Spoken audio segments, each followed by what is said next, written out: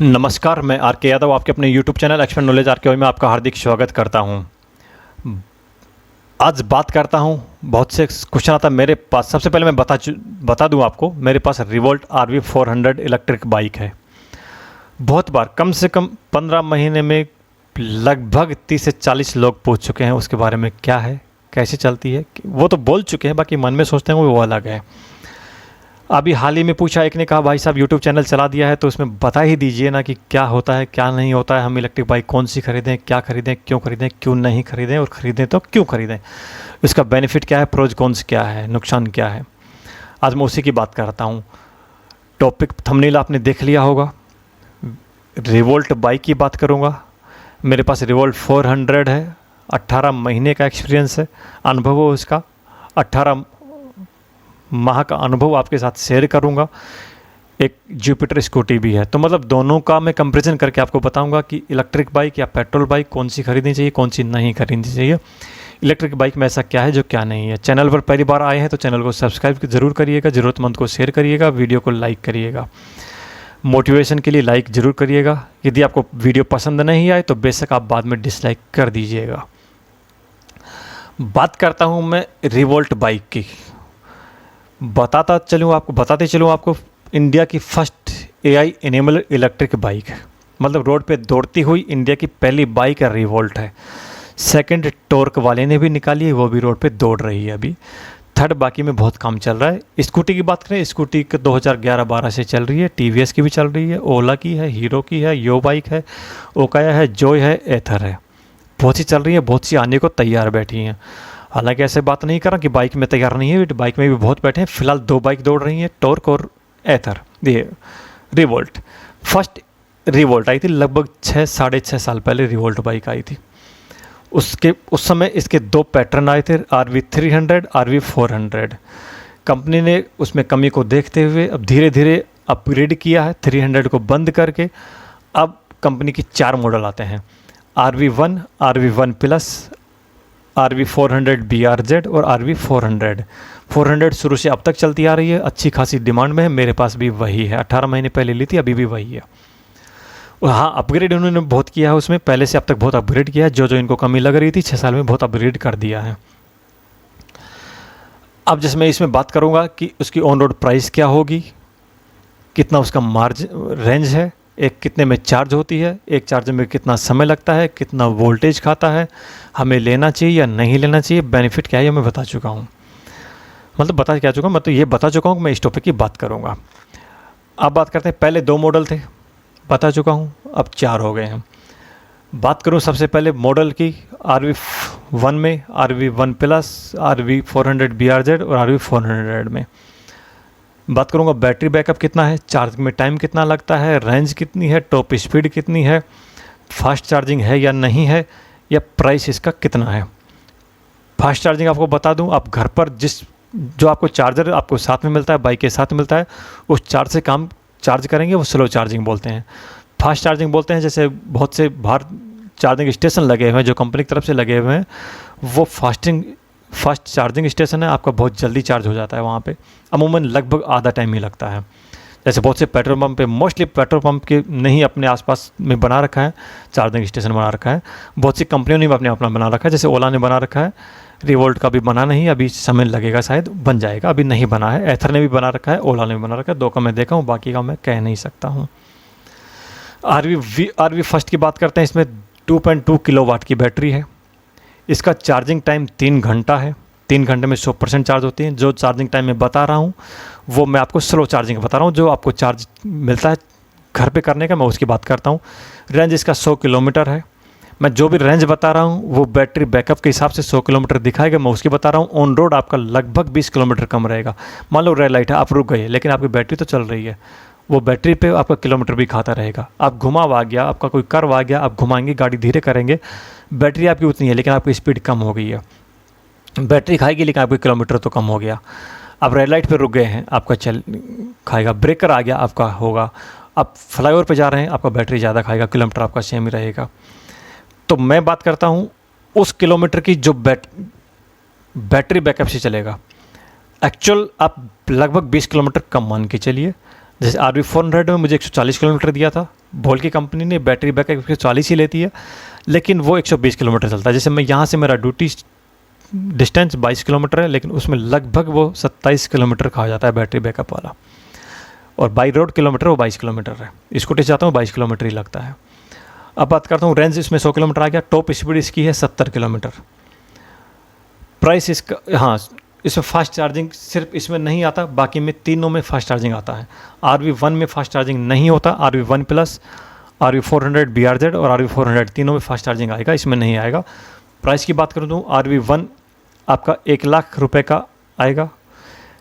इसके अलावा 30,000 रुपये आपका RTO, इंश्योरेंस, अदर डॉक्यूमेंट्स में लग जाएगा, तो लगभग 1,30,000 का आएगा। इसमें हर बाइक पे 2 साल की वारंटी मिलती है। यदि आप उसको एक्सटेंड करते हैं, आपको 5,000 रुपये अलग से देना पड़ेगा, वो आपका 5 साल हो जाएगा। 2 साल या 40,000 किलोमीटर जो भी पहले होगा, उस वाले में 2 साल या 15,000 किलोमीटर, और उस वाले में 5 साल या 75,000 किलोमीटर जो भी आपका पहले होगा, वो आपकी वारंटी वहाँ तक रहेगी। उसके लिए आपको 5,000 रुपये एक्स्ट्रा देना होगा, वो इस 1,30,000 में मेंशन नहीं है। सेकंड है RV1 प्लस, 3.2 किलोवाट की बैटरी है, 4 घंटे चार्जिंग में लगता है, 160 किलोमीटर चलती है, 70 kmph फुल हाई स्पीड है। 1,15,000 प्लस 30,000 डॉक्यूमेंट का 1,45,000 मिलेगा। एक्सटेंड आपने 5 साल कराया तो 1.5 लाख रुपए की आती है। फास्ट चार्जिंग है, 80% आपका 80 मिनट में हो जाएगा फास्ट चार्जिंग से। घर पे वही से आपको 4 घंटा लगेगा 100% चार्ज होने में। तीसरी बात करता हूँ RV400 BRZ की, 3.5 किलोवाट की बैटरी है, 4 घंटा लगता है, 150 किलोमीटर इसकी किलोमीटर रेंज है, हाई स्पीड 85 किलोमीटर है।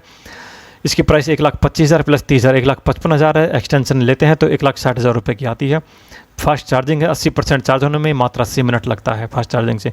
अब बात करता हूँ मेरी अपनी RV400 रिवोल्ट बाइक जो मेरे पास है, 18 महीने का अनुभव है, 3.5 किलोवाट की बैटरी है, 4 घंटे फुल चार्ज होने में लगते हैं, 140 किलोमीटर रेंज है। ये जो मैं रेंज बता रहा हूँ ये सब इको मोड में बता रहा हूँ, कितने मोड हैं मैं बताऊँगा आगे। हाई स्पीड 85 किलोमीटर है, 1,45,000 प्लस 30,000 की आती है, मतलब 1,75,000 की आएगी। आपने एक्सटेंड लिया है तो 1,80,000 की आपको आएगी। फास्ट चार्जिंग है, 80% 80 मिनट में हो जाता है। इसका सबसे बड़ा बेनिफिट है, इसमें मोबाइल एप्लीकेशन आता है, AI इनेबल्ड आता है। आपका मोबाइल एप्लीकेशन आएगा, आप उसमें कहाँ गए थे, कब, कौन, जब से आपने ख़रीदा है आज तक का उसमें रिकॉर्ड रहेगा, और उसमें बैटरी बैकअप मतलब सब कुछ उसमें रहता है। बात करता हूँ इसमें रिवोल्ट में क्या क्या बेनिफिट है। जैसे मैं बात करूँ, ओला में बैटरी स्वैप वाली फैसिलिटी शायद नहीं है, बहुत सी बाइकों में नहीं आती है। इसमें बैटरी स्वैप वाली फैसिलिटी आपकी आती है। मान लो आपकी बैटरी उसमें इनेबल्ड है, आप मान लो 3rd फ्लोर पे रहते हैं, चार्जिंग आपका नीचे है, आप चाहो तो नीचे लगा सकते हैं, लेकिन आपको स्वैप करना, आप बैटरी ऊपर ले जा सकते हैं अपने फ्लोर पर।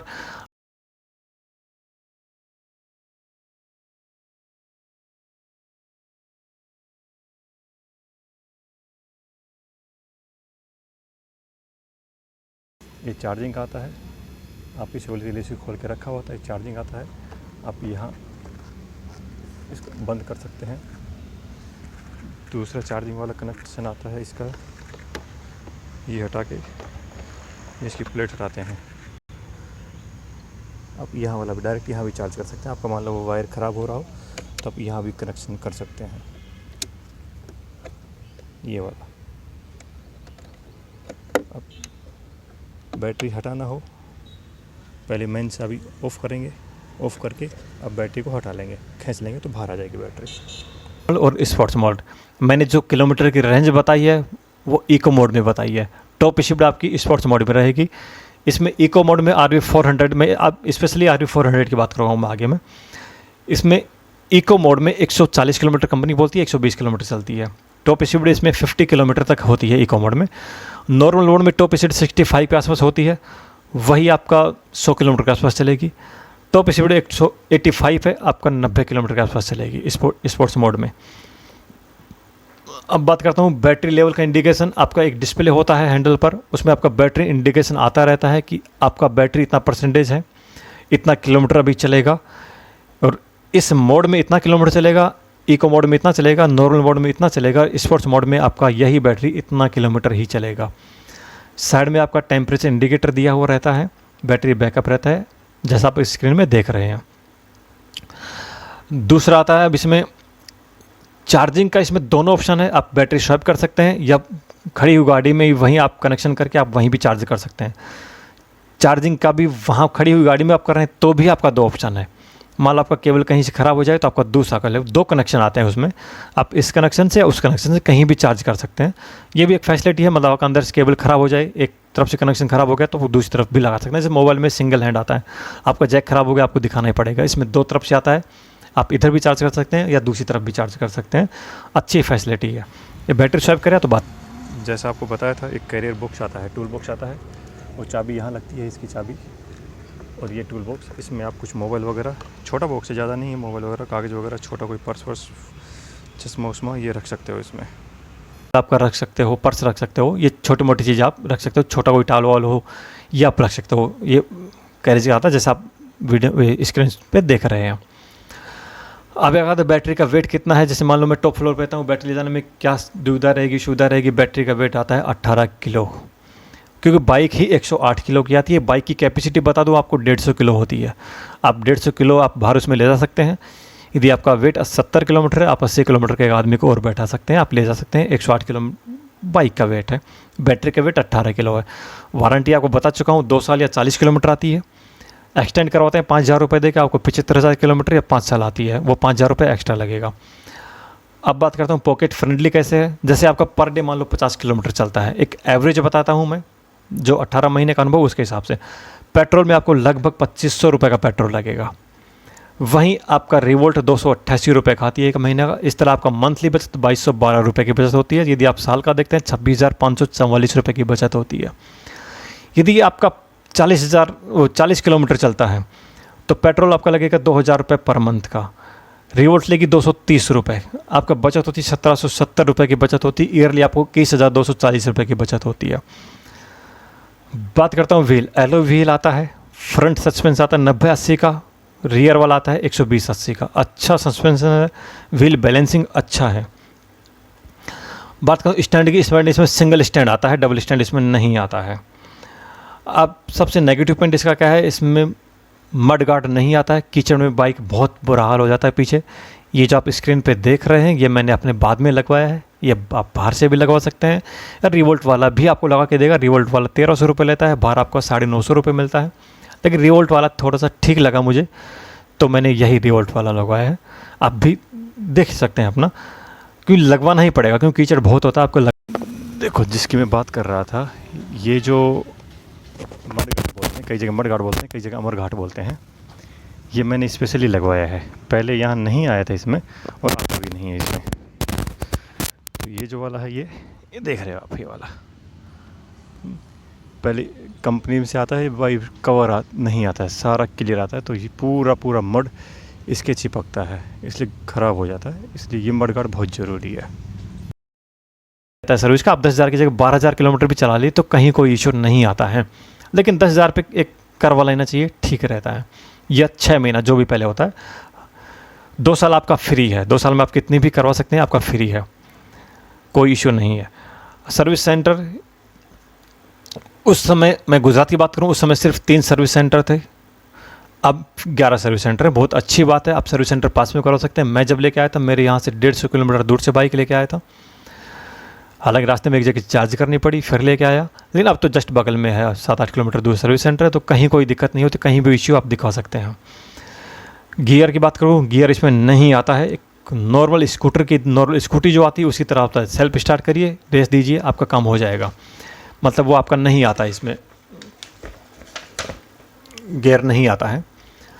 अब बात करता हूँ इसका प्रोज और कॉन्स क्या है बैटरी का, मतलब प्लस पॉइंट और नेगेटिव पॉइंट क्या है बैटरी का, नहीं बाइक का। सबसे अच्छा प्लस पॉइंट, बैटरी स्विवेबल है, बता चुका हूँ। आप हटा के भी चार्ज सकते हैं, इनबिल्ट बैटरी है उसको भी चार्ज सकते हैं, बाहर भी हटा के भी चार्ज कर सकते हैं। टायर बैलेंसिंग इसका बहुत अच्छा है, स्लिप होने का बहुत कम चांस है। बहुत बार स्लिप होते होते मैं बचा हूँ, लेकिन बचा किसके लिए हूँ कि व्हील बैलेंसिंग अच्छा है इसका। एक है डिस्क ब्रेक है, कहीं कोई इमरजेंसी आपको तुरंत ब्रेक लगेगा, कहीं कोई इशू नहीं है। एक आर्टिफिशियल इंटेलिजेंस इसके अंदर है, चोरी आपका डर नहीं रहता है। यदि आपकी बाइक आपने लॉक किया हुआ है, यदि कोई भी आदमी इसको ले जाता है तो विदिन 4 से 5 फुट में जब वो लेके जाएगा, आपका पास आपका इंडिकेशन आ जाएगा, आपके मोबाइल पे आपका अलर्ट आ जाएगा कि आपकी गाड़ी चोरी हो रही है। सायरन आपका बजेगा, गाड़ी पे बजेगा, आपके रिमोट से आपका लाइट जलेगी, आपको मालूम चल जाएगा। एक इको फ्रेंडली आती है, पोल्यूशन नहीं होता तो इको फ्रेंडली आती है। इससे भी बहुत ज़रूरी बात पॉकेट फ्रेंडली है। मैं आपको बता चुका हूँ कि यदि आप महीने के 40-50 हज़ार किलोमीटर 40-50 किलोमीटर पर डे का चलाते हैं, महीने में 25 दिन चलाते हैं, तो आपका लगभग साल में 25,000 के आसपास का आपका बेनिफिट होता है। मैं आपको बता चुका हूँ डाटा पीछे। सर्विस ज़्यादा नहीं होती, सर्विस ना के बराबर है, क्योंकि बैटरी, मोटर, चार्जर कहाँ सर्विस होगी, इंजन तो होता नहीं है, तो बैटरी का ज़्यादा इशू नहीं होता है। एक नॉर्मल बाइक वालों को, जैसे पैर का जो स्टैंड है, पैर का, हाँ, जब हम स्टैंड रखते हैं तो नॉर्मल बाइक वाले को आदत नहीं होती, तो इसमें बेनिफिट आता है कि आप वो स्टैंड भी आप आगे करवा सकते हैं। जैसे मान लो आपका यहाँ लगा हुआ है, तो आप आगे की साइड करवा सकते हैं, आगे वाले को पीछे करवा सकते हैं, मतलब अपने पैर के हिसाब से करवा सकते हैं। मेरे पास पहले नॉर्मल बाइक थी तो मैंने करवाया हुआ है, जैसा आप स्क्रीन पे देख रहे हैं। पहले ऐसे था, अब ऐसा हो गया है। एक सबसे बड़ा बेनिफिट पानी में, जैसे अभी जिस पायदान की मैं बात कर रहा था, जैसे इसका डायरेक्शन आप वो देख रहे होंगे, आप आगे है वाला डायरेक्शन, इसमें ये वाला डायरेक्शन आगे है, इसमें ये वाला डायरेक्शन इसमें भी आगे है। जब कंपनी से फिटेड आता है तो ये पीछे आता है, मतलब ये वाला उस तरफ आता है और ये वाला ये उसके लेफ़्ट की तरफ आता है, तो ये डायरेक्शन होकर यहाँ आता है पीछे। तो जिसको स्पोर्ट्स की आदत नहीं है वो आगे कर लेता है, मैंने भी किया हुआ है। ये वाला आप देख सकते हैं स्क्रीन पे ऐसी आती है, इसमें कहीं कोई इशू नहीं, स्प्लेंडर की तरह बाइक आती है, कहीं कोई दिक्कत नहीं है। अब इसका नेगेटिव पॉइंट क्या है, क्या है इसका, एक मड गार्ड नहीं आता, लगवा लीजिएगा, कहीं कोई इतना इशू नहीं रहता उसका। एक नॉर्मल बाइक वाले हैं जो नहीं चला सकते हैं RV400 या फिर 400 BRZ को, वो इसके लिए RV1+ और 1 है, कहीं कोई इशू नहीं, ये भी कोई नेगेटिव पॉइंट नहीं है। हाँ, आपको ख़रीदना कब चाहिए, जब आपका 20 किलोमीटर कम से कम चले पर डे, तो आपको ख़रीदना चाहिए, अन्यथा आपको इलेक्ट्रिक बाइक, इलेक्ट्रिक स्कूटी नहीं खरीदना चाहिए। 20 किलोमीटर कम से कम चलना ही चाहिए। दूसरा इसका नेगेटिव है, अभी थोड़ा बहुत महंगा है, मतलब इतना सस्ता नहीं है कि हर आदमी खरीद पाए, मतलब अभी महंगा है, कहने की बात यह है कि महंगा है थोड़ा सा। एक चार्जर साइज़ इसका बड़ा है, मान लो आपको कहीं घूमने जाना है, कहीं टूर पे जाना है, तो आप चार्जिंग करके लेके जाएंगे, आपका रास्ते में रह जाएगा। लेकिन आपको चार्जर साथ लेके जाएंगे, कहीं आप करेंगे, तो सबसे मोटी बात, सबसे नेगेटिव पॉइंट, इसका चार्जिंग स्टेशन नहीं है। हम रिवोल्ट का कोई स्पेशल चार्जिंग स्टेशन नहीं है, ओला वगैरह ने बनाया हुआ है फिर भी, हालांकि ओला ने अभी बाइक नहीं निकाली है, सिर्फ स्कूटी निकाली है। तो जब इसका चार्जिंग स्टेशन हो जाए तो ख़रीदना बेटर रहेगा, अन्यथा आप, यदि आपका डेली कोई रूटीन है तो आप कहीं कोई इशू नहीं है, बहुत बढ़िया बाइक है। डेली आप जाइए, 20 किलोमीटर जाइए, 20 किलोमीटर आइए, 25 किलोमीटर जाइए, 25 आइए, 50 जाइए, 50 आइए, कहीं कोई इशू नहीं है। सिर्फ चार्जर आप लेके जा सकते हैं, लेकिन थोड़ा बड़ा है, मतलब ऐसे मोबाइल की तरह नहीं है कि आप हर जगह लेके जाएं। एक सर्विस सेंटर का मैं बता चुका हूँ, तो मेंटेनेंस का कहीं थोड़ा सा दिक्कत आती है, कहीं कोई इशू रह गया तो आपको कहीं जाना पड़ेगा। मैकेनिक क्या है, हर दुकान पे, हर मार्केट में मैकेनिक इसका नहीं मिलता, अभी सर्विस सेंटर पे काम होता है, तो वो अभी थोड़ा सा कम है। एक दूसरा, जैसे RV400 है, RV400 BRZ है, फैमिली के लायक बाइक नहीं है, बच्चे नहीं चला सकते, बीवी नहीं चला सकती, यदि आपकी हाइट 5.5 फुट से कम है तो भी आप भी नहीं चला सकते। सामान इसमें ले जाना थोड़ा सा इशू रहता है, सामान नहीं लेके जा सकते, फैमिली के लायक बाइक नहीं है। हाँ, अब किसको नहीं लेनी चाहिए बाइक, सबसे पहले जिसका 20 किलोमीटर से कम का डेली किलोमीटर चलेगी उसको नहीं लेनी चाहिए, क्योंकि बैटरी है, आप लें, चलाएं या ना चलाएं, ये फिक्स टाइम में आपकी डिस्ट्रॉय हो जाएगी, आपको नई बैटरी लगानी पड़ेगी। आपने पहले ज़्यादा नहीं चलाया है तब भी आपकी ख़राब होगी, रखी भी ख़राब होगी, यूज करोगे तो भी ख़राब होगी। तो यदि आपका 20 किलोमीटर से कम चलता है तो आपको बेनिफिट नहीं रहेगा, पॉकेट फ्रेंडली तो आपकी नहीं रहेगी उस समय। तो यदि आपका महीने में 500 किलोमीटर तक चलता है तो ठीक है, आपको ले लेनी चाहिए। 400 तक भी ठीक है, ले लेनी चाहिए, उससे कम है तो नहीं चलेगा, नहीं लेनी चाहिए। दूसरा, आपका जैसे सर्विस सेंटर आपका नहीं है, मतलब आपके शहर में या शहर के आसपास 10, 20, 30, 50 किलोमीटर तक भी नहीं है तो आपको नहीं लेनी चाहिए। क्यों? क्योंकि बहुत इश्यू आता है, तो उस समय कि मैकेनिक नहीं है अभी, तो उस समय आपको सर्विस सेंटर में जाना पड़ेगा। 2 चीज़ें कम से कम होनी चाहिए, बाकी मड गार्ड का चल जाएगा, अब महंगा होगा है चल जाएगा, चार्जर का भी इशू नहीं है, चार्जर भी हो जाएगा। फैमिली लाइक भी, यदि आपके पास पहले से बाइक नहीं है, सिर्फ फैमिली पर्पस से ला रहे हैं तो भी नहीं है, सामान वामान नहीं रख पाएंगे, RV1+ या 1 ले आएंगे तो आप बैठ सकते हैं, कोई इशू नहीं है, बच्चे चला सकते हैं, बीवी चला सकती है। इसको बच्चे बीवी नहीं चला सकते, आप भी जब तक 5.5 हाइट से ऊपर नहीं हो तो आप नहीं चला सकते। तो ये 2 इशू है। अब मेरे में क्या क्या इशू आया था अब तक बता चुका हूँ, बता दूँ आपको। एक तो सबसे पहले मेरा चार्जर ख़राब हो गया था 6 महीने में, जो वारंटी उसकी वारंटी के तहत था, तो वारंटी चेंज हो गई, इशू नहीं आया। हाँ, बेल्ट आता है इसमें, चैन की जगह बेल्ट आता है, वो लगभग 13 साढ़े 13 हज़ार में मेरा बेल्ट टूट गया था। कंपनी का भी यही बोलना था कि 10 से 15 हज़ार के बीच में टूट जाता है नॉर्मली। तो वो थोड़ा इश्यू आया था, वो वारंटी में नहीं था, 3200 रुपये दे के मैं नया लेके आया हूँ। हाँ, एक मेरा रिमोट था वो ख़राब हो गया था, वो वारंटी में था। कंपनी ने पूरा सेट, वो जो मोबिलाइज़र या फिर ऐसा कुछ बोलते थे, उसने पूरा सेट डाला, 4,500 रुपये का था, मेरे से 1 रुपये नहीं लिया। उन्होंने पूरा सेट डाला, वो रिमोट लिया, दूसरा रिमोट भी लिया, दूसरा सेट डाल के 2 नए रिमोट मुझे दिए हैं। मतलब अच्छा है, कहीं कोई इशू नहीं है। अब बात करते हैं ख़रीदना किसको चाहिए। जिसका 20 किलोमीटर से ज़्यादा है अवश्य ख़रीदे। सर्विस सेंटर पास में हो, कस्बे में हो, आसपास हो, अवश्य ख़रीदे। डेली रूटीन में कहीं नौकरी जाना हो, अवश्य ख़रीदे। घूमने का पर्पज़ नहीं हो, अवश्य ख़रीदे। डेली फिक्स किलोमीटर हो, ख़रीदना चाहिए। बाइक का शौकीन हो, ख़रीदना चाहिए। स्पोर्ट्स बाइक का शौकीन हो, ख़रीदना चाहिए। पॉकेट फ्रेंडली करना हो कोई बाइक, ख़रीदना चाहिए। सामान का कहीं कोई इशू नहीं हो, सामान के लिए दूसरी बाइक हो या सामान का इशू नहीं हो, आपको खरीदना चाहिए। आप इसमें गेहूँ नहीं लाद सकते, या फिर घर पर हो तो खाद नहीं लाद सकते। मतलब भारी सामान इसमें लेके जाने में असुविधा होती है, क्योंकि इसकी सीट इस तरह की, जैसे आप स्क्रीन पे देख रहे हैं, इस तरह की इसकी सीट है। हाँ, फैमिली के लाइक आपकी RV1 है, RV1 प्लस है। विदाउट फैमिली है, मतलब सिंगल आप अपने हाथ में चलाएंगे, अपने खुद रखेंगे, RV400 BRZ खरीदिए। इतना ही था। फिर भी आपको कोई इश्यू हो, आप कमेंट बॉक्स में पूछ सकते हैं। कहीं भी कोई इश्यू हो इसके बारे में, आप कमेंट बॉक्स, कोई टॉपिक रह गया हो जो आपको इंक्वायरी करनी हो, आप पूछ सकते हैं। चैनल पर पहली बार आए हैं, चैनल को सब्सक्राइब करिए। अब ये अभी भी नहीं किया है तो प्लीज़ ज़रूर कर दीजिएगा। अभी भी वीडियो को लाइक करिए, ज़रूरतमंद को शेयर करिए। कहीं कोई इश्यू आप पूछ सकते हैं, कमेंट बॉक्स में पूछ सकते हैं। आपने वीडियो यहाँ तक देखा, आपकी दिल की गहराई से बहुत बहुत हार्दिक धन्यवाद। जय हिंद, जय भारत। ये आपका इंडिकेटर है। इंडिकेटर से यहाँ पे ये अब डायरेक्शन आती है इंडिकेशन की। ये राइट करते राइट को लाता है। ये जो आप देख रहे हो, जैसे ये 1 नंबर है,